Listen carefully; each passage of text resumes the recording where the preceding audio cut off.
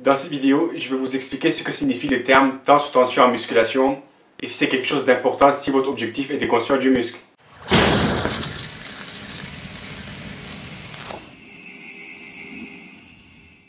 Avant de vous expliquer ce que c'est faire de la musculation en prenant compte du temps sous tension, gardez juste en tête que je n'essaye pas de vous vendre quelque chose ni de vous convaincre de faire quoi que ce soit. Je vous cite tout simplement ce qui a été démontré scientifiquement et puis c'est à vous de faire votre propre opinion et surtout faire ce que vous voulez et ce qui vous arrange.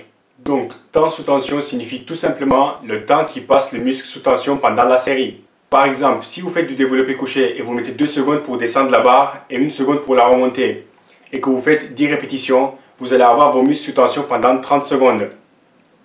Pour l'hypertrophie, il faut que, ou c'est déjà bien que le muscle soit sous tension pour au moins 20 secondes. Le temps sous tension est quelque chose d'important si votre objectif est l'hypertrophie. Mais le plus important, qui a été prouvé plusieurs fois et qui est indiscutable, donc ce n'est pas la peine de m'envoyer un message pour me dire que j'ai tort, c'est le volume total du travail.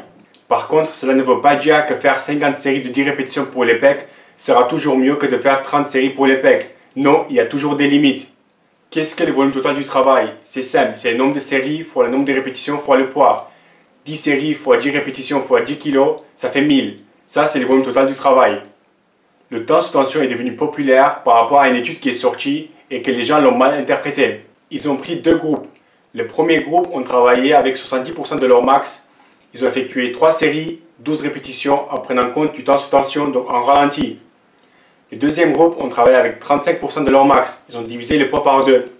Par contre, ils ont multiplié les séries par 2. Ils ont travaillé avec 6 séries, 12 répétitions avec une bonne vitesse. Les 2 groupes ont effectué le même volume de travail. Ils ont constaté que le premier groupe a conçu plus de muscles. Les gens ont vu ces résultats et ils ont conclu que c'est bon, le temps sous tension était la meilleure façon pour construire du muscle. Bien évidemment que le premier groupe va construire plus de muscles. Quand tous les paramètres sont identiques, la personne qui va mettre ses muscles plus longtemps sous tension va avoir plus de résultats. Et ils ont aussi utilisé plus de charge, donc plus de tension sur le muscle. Et le deuxième groupe ont travaillé qu'avec 35% de leur max. C'est rien du tout, ils étaient loin de faire une série jusqu'à l'échec comme le premier groupe. Une autre étude qui est un peu plus importante, et ils ont utilisé l'exercice la leg extension. Ils ont travaillé avec 30% de leur max, 3 séries et 2 minutes de récupération entre chaque série.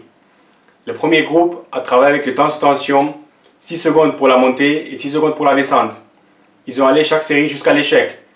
Première série, ils ont réussi à faire 12, puis 7, puis 6. Le temps sous tension total pour le muscle était 300 secondes.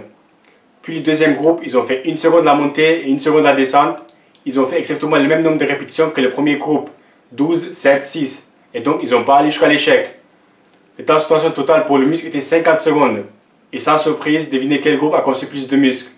Oui, c'est le premier groupe qui a utilisé la technique temps sous tension.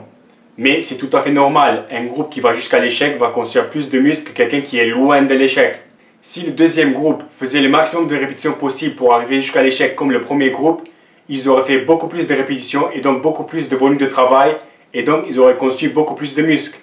Autre chose à garder en tête, c'est que la descente ou la partie négative d'un exercice effectué avec une bonne vitesse cause plus de déchirure musculaire par rapport à la partie négative au ralenti. Pourquoi? Imagine tu as 100 kg sur la barre et tu vas faire du développé couché. Tu descends la barre avec une bonne vitesse et au moment où tu freines et que tu repars dans l'autre sens, tu vas créer une énorme tension sur le muscle. Beaucoup plus que si tu mettais 5 secondes pour la descendre, l'arrêter et repartir. Si tu es au ralenti, la force sera presque égale à la charge qu'il y a sur la barre.